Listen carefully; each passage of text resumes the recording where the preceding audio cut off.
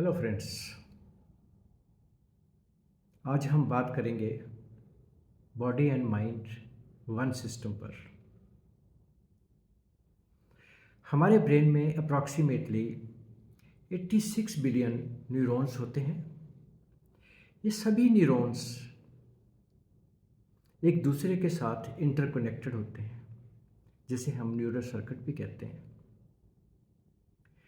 This neural circuit allows the brain and nervous system to carry out our thoughts and our behavior and our emotions.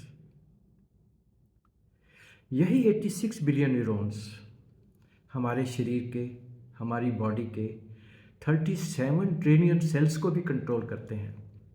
इसी से ही हम हमारे शरीर के different physical functions कर पाते हैं। इसका मतलब है जो भी हम सोचते हैं, जो भी हम महसूस करते हैं और जो भी हमारे शरीर के डिफरेंट फंक्शंस हैं, वे सभी हमारे ब्रेन सेल्स या न्यूरॉन्स ही कंट्रोल करते हैं। आपने एक कहावत तो सुनी होगी, जैसा हम सोचते हैं यूनिवर्स वैसा ही रिस्पॉन्ड करता है। तो इसका अर्थ है हमारे पॉजिटिव या नेगेटिव थॉट्स और हमारे पॉजिटिव या नेगेटिव इमोशंस हमारे शरीर में डिफरेंट टाइप्स की बीमारियों के लिए भी रिस्पॉन्सिबल है, और यही हमारे इम्यून सिस्टम को भी कंट्रोल करने के लिए रिस्पॉन्सिबल है।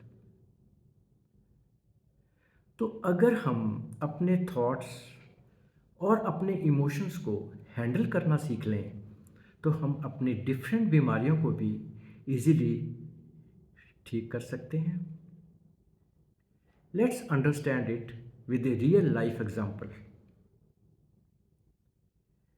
This is how our thoughts and emotions affect our immune system. ये 1960 की बात है। नॉर्मन कॉजिन्स नामक एक अमेरिकन जर्नलिस्ट थे। मिस्टर कॉजिन को एक खतरनाक ऑटो इम्यून डिजीज़ डायग्नोज हुई थी, जिसका नाम था एंकाइलोजिंग स्पॉन्डिलाइटिस।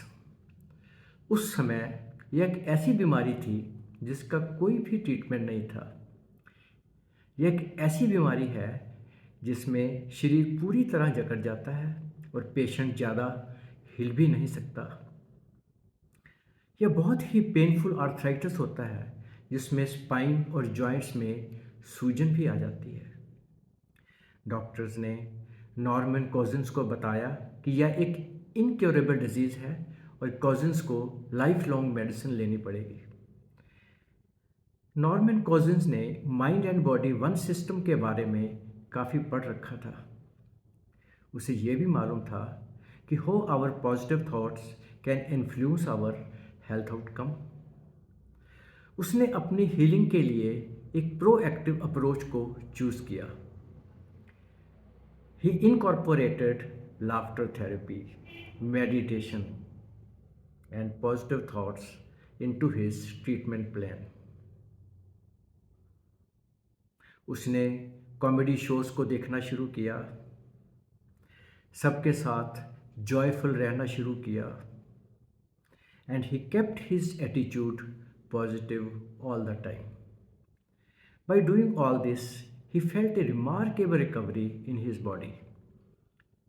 अपने इस एक्सपीरियंस का उल्लेख नॉर्मन कॉजिन ने अपनी एक best seller book anatomy of an illness में भी किया है।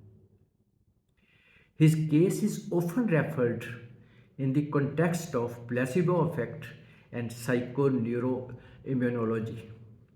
इसे the study of how thoughts and emotions influence the immune system ये भी कहते हैं।